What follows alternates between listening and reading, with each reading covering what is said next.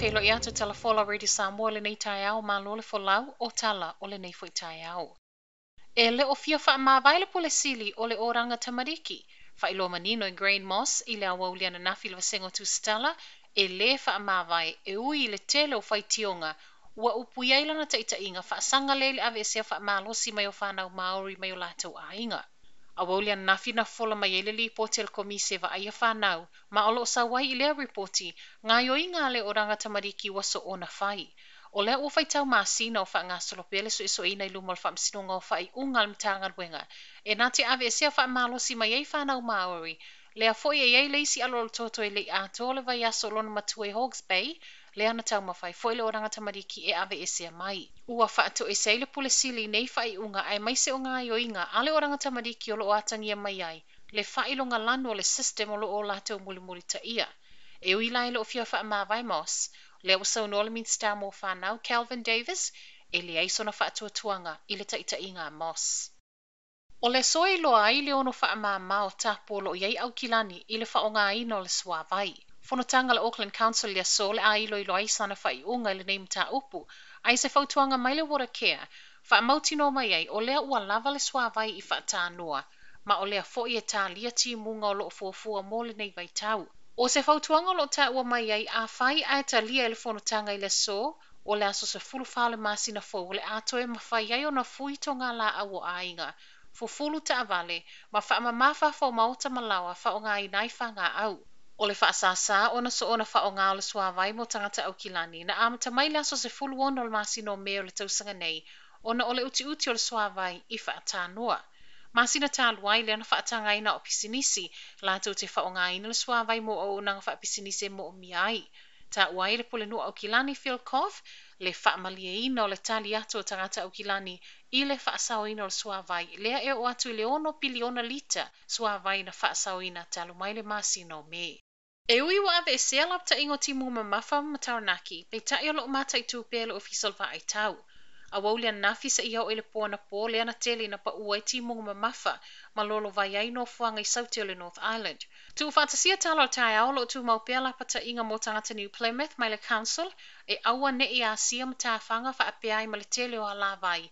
Ono lea ua filongia ma o taota ina ua pā la vai o lo fa aluina i o taota mai falio a inga pisinisi ma e fa to a toe tatala i le aso lua tolu o le masina fou.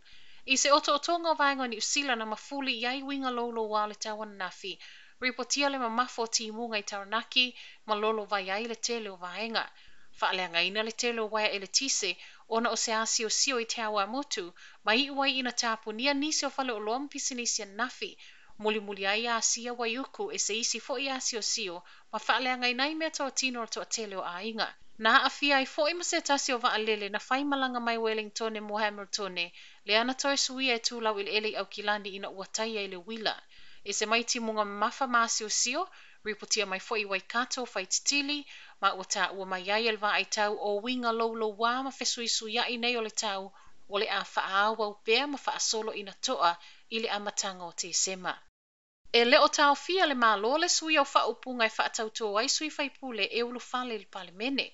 Se fina ngalo o sa wa i le mai a tau tō o sui al vaenga le Maori Party ana nafi, lea ele i fia tau tō na o le tamai tai tupu.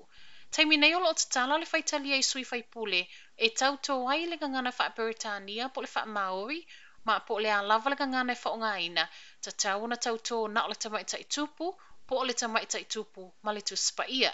O le lefia tau tō o sui al vaenga Maori e wha o ngaina i wha upunga lo iai nei, e mafua le lo lātou tantonunga e le o alfia i le Treaty of Waitangi. O lo langolango ina fo e le sui al vaenga le Greens le manatu.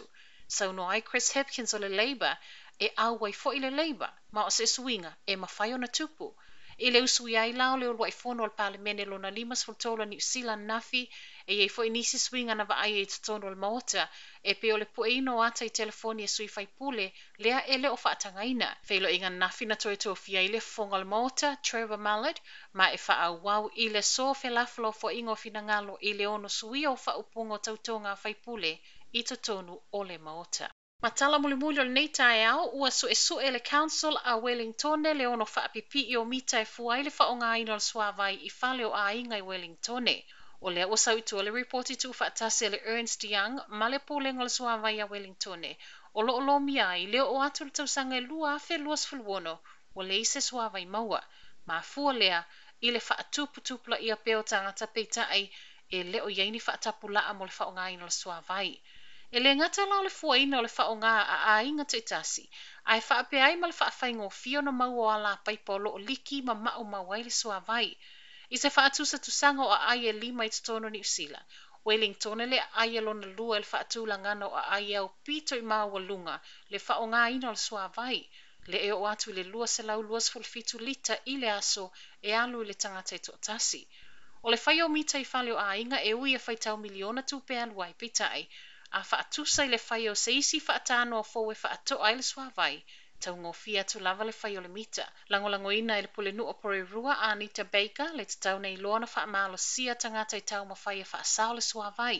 Ai le pulengo le suawai Wellingtone o lo ngā lulue malosi e fofola atu le council fōfuanga o le whai o mita i whale o a inga mō sana i o enga. Tala nao le nei tae ao manu wia le nei aso.